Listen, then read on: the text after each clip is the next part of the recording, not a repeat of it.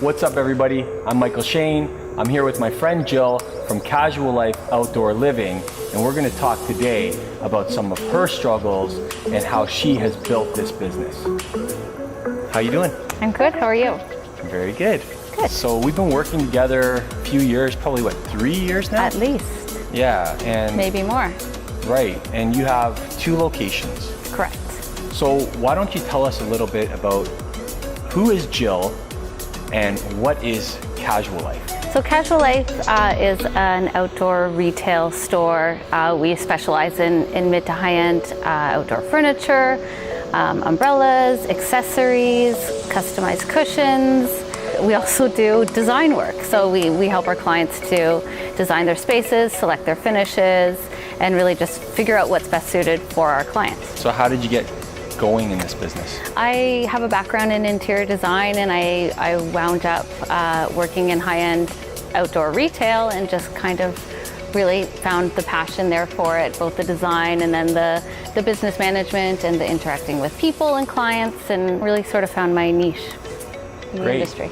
That's awesome. So if I come in here and it's like, it looks polished, there's beautiful kind of settings, you've kind of staged this place like as if it's like a huge showroom, right? Exactly, yeah. So if I'm starting out as a business, like there's no way I can do this. So like how did you actually get going? Like how did this business become a business? Well, we were previously Selco Patio and Furniture. There was previous ownership. So The patio furniture was always there, but when I came on board, we did need a complete update. So it was just sort of almost starting from the ground up, where we took the existing business and introduced new lines and then a whole new look, renovating the showrooms, and then just slowly building the layers of the business and the brand. So starting with, our basics, the furniture, which we've always done really well, but we never really did the accessories and all of the add-ons and what make a space finished and look beautiful, like the settings you see here. So we just, year over year, you just keep working harder and collecting more lines and things that really work for us to create the overall feel that we're looking for and we want our clients to have. So if I'm a business person, I'm a young entrepreneur, why don't you tell us about some of the challenges and struggles that you've had to face kind of and overcome over the years as you've been building and developing and growing your brand? Because I know between you and me, even yesterday we talked about some of the issues even with dealing with some of the marketing companies and social media, for example, and authenticity and all of these things. So what are some of the things that you've had to really kind of look at, problem solve, overcome? The biggest thing was with an entire rebrand, it is like building a new business. So it's reaching our existing clients and letting them know who we are now and what we do and our new look. And then also the biggest thing was building new business. So finding how to reach those people, how to figure out what's right for those people, and just building up through our existing clientele, and then obviously reaching entirely new groups of people that we now are more applicable to, that maybe we weren't before and we didn't have what they wanted at the time. So different age groups and everything like that. So that's the biggest hurdle, is just awareness of our stores and our brand. How do you actually decide, well, I'm going after the 80-year-old demographic and people with $5? Like, how do you define that? Like, how did you guys define it and at the same time create the brand around it? Like, what came first and how has it evolved? Definitely the brand and the product came first. We knew we wanted excellent quality and fantastic look, but still somewhat affordable to sort of the mid-range and not go completely over the top high-end that it's unaffordable to the masses. So we just kind of established, our starting point and realized, we would be targeting X income level and up basically, and definitely the higher end homes, like detached homes, people with large properties that can accommodate the size of furniture we sell and certainly are willing to spend the price point that we're providing. So, we certainly took a look at who our current clientele was, and then established, as we're seeing new business come in, who those people are. We certainly started to get a younger demographic And that's probably by changing our look a little bit too.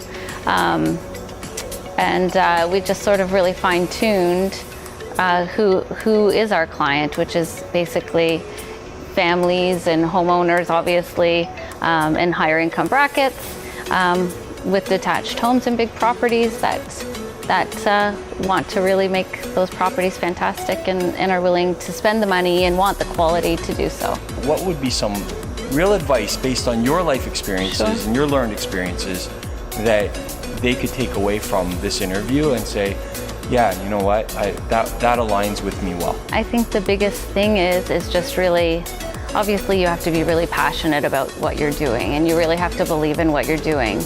And you have to love it, because you have to work extremely hard to get where you need to go. So I think those are the biggest keys, is you've got to work hard, and you've got to be passionate, and you've got to enjoy it, because, you know, we spend most of our lives working. Right. So that's most important, and just stay focused, know the end line, know your end goals, and what it is you're trying to achieve. And for us, I would say, obviously product is very important, but our client experience is just as important.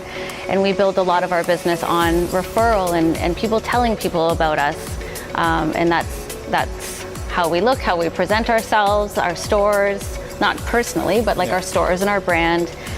So just, you know, stay focused and keep all those aspects in mind, I guess. Yeah, for sure. And you talked about time. You said you have to put in a lot of time. You have a young family. Yes, yeah.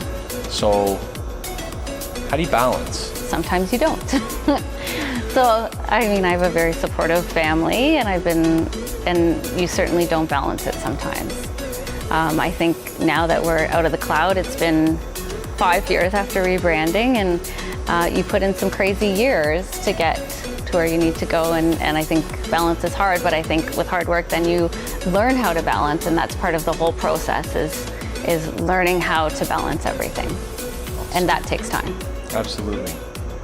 Okay, so just some final words maybe for people that might be interested in your products. Okay. Final words. I would just say definitely you have to see our showrooms. You have to come experience the showrooms.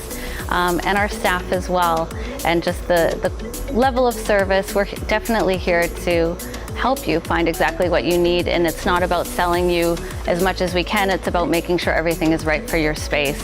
And we truly do care about what color suits the rest of your house and what is the right scale, and your ultimate happiness is what makes us thrive and be a successful business. So please come to one of our showrooms. Awesome, thank you.